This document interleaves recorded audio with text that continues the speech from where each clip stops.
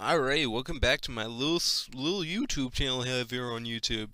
Today I'm going to be starting off the new series that I'm bringing out, which is Zombie Mouse, Episode 1. And to start off the series, I'm like, what's best way to start it off but with something that is the worst?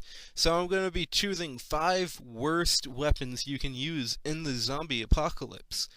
So, what I picked for the very first one, which would be number 5, is what everybody has and everybody pretty much uses every day.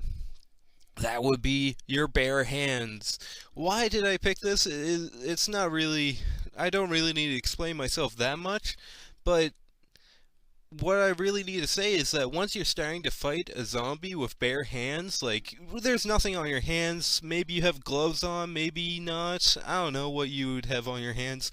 But anyways, you would break your hand trying to pretty much kill a zombie. You would be bashing their head in, and your fingers would be pretty much broken after maybe, I don't know, 2, 3 zombies just trying to smash their skull in, trying to bash out the brain. That's how you kill a zombie, bashing out the brain. But anyways, and right after you have broken bones, your hand would have open wounds, and whatever infection or disease the zombie had, it might kill you, which it probably will be. And that's why I chose this for number 5. For number 4, I chose the sledgehammer. The sledgehammer is it's heavy, slow, and you can only swing it a few times before you can't even move anymore. Well, I'm not even. I'm not. I'm saying like an average build person. Out on the street today, you might see them in business suits, people from school. How many times have you actually picked up a sledgehammer and actually went a few times hitting the ground or boards with it? You can't really swing it that much without saying, oh man, I'm a little bit tired from this. So, why would you carry around a sledgehammer, which is probably around 8 to 10 pounds, off your shoulder or something like that, and just pretty much have it to maybe kill a few zombies at a time and maybe even smash a few boards off a window? I think that would be number 4 for me. Now, this next item, it might be like people might say I'm ridiculous for even saying this, but number 3 is the chainsaw. Now, I gotta say this. I think the chainsaw is good for cutting and everything like that. Cutting through blood, oil, those bloody zombies, everything like that. But if you actually think about it, a chainsaw is noisy and it needs like a lot of gas and oil to keep it going. With the noise that the chainsaw makes, it would attract more zombies to you.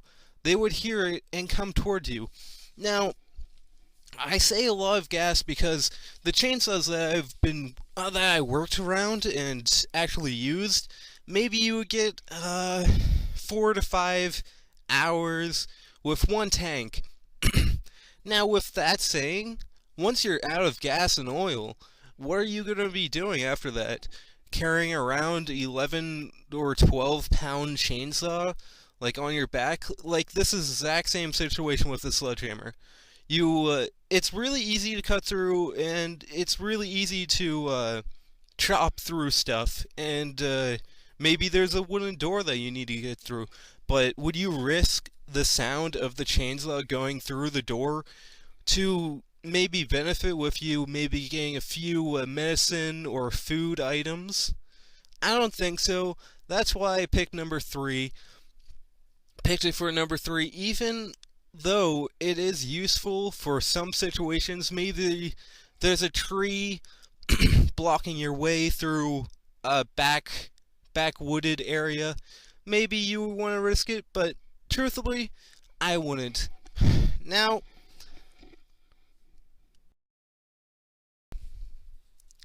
alright, number 2.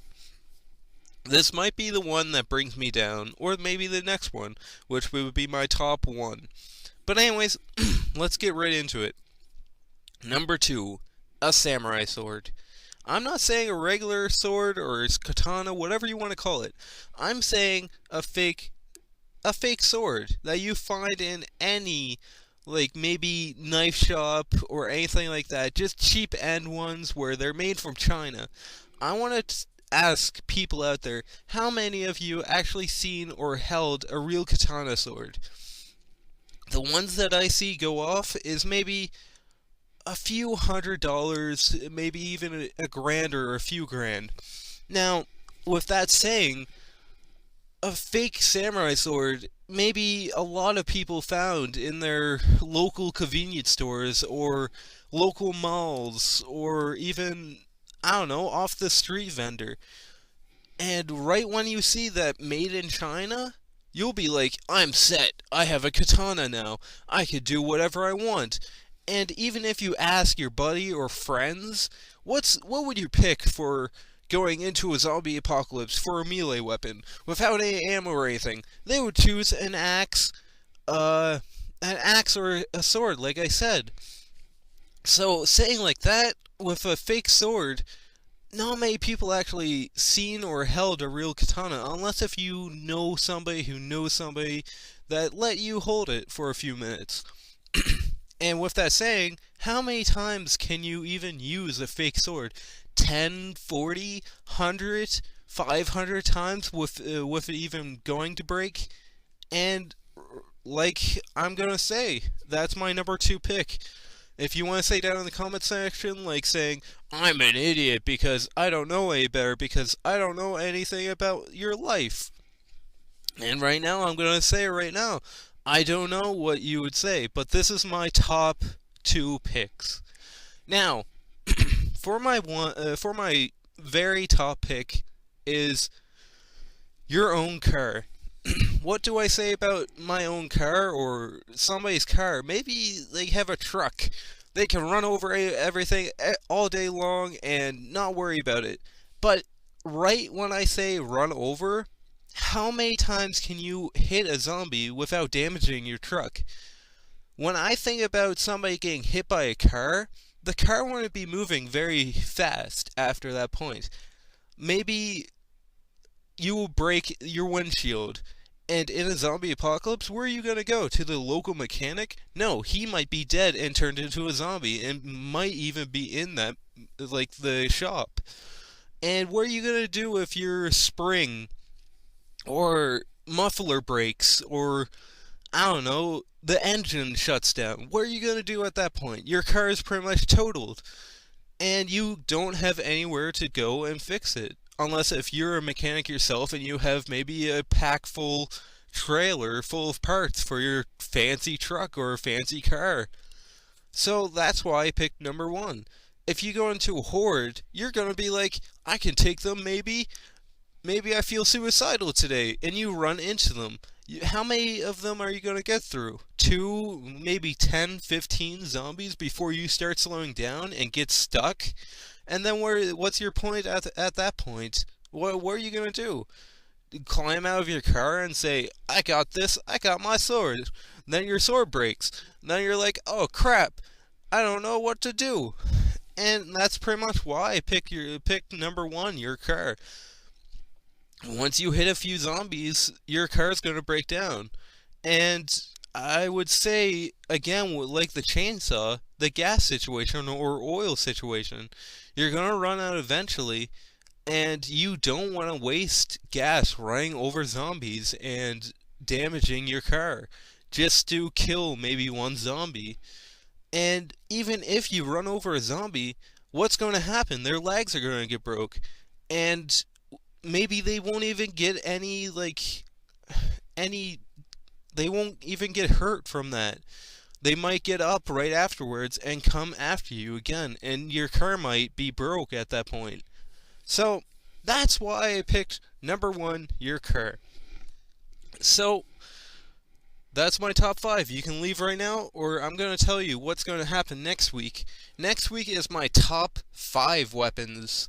My creme to la creme, or whatever they call it. I don't know what they actually call it. But anyways, my top 5 weapon choices. down in the comment section, just say, oh man, this episode was cool, or maybe you're a stupid idiot and you shouldn't make any more videos, because I would accept that, because I don't know how these videos will go. So, there you go. You have the option to hate me or even like me in this series. So, I'm gonna sign off now. So, bye.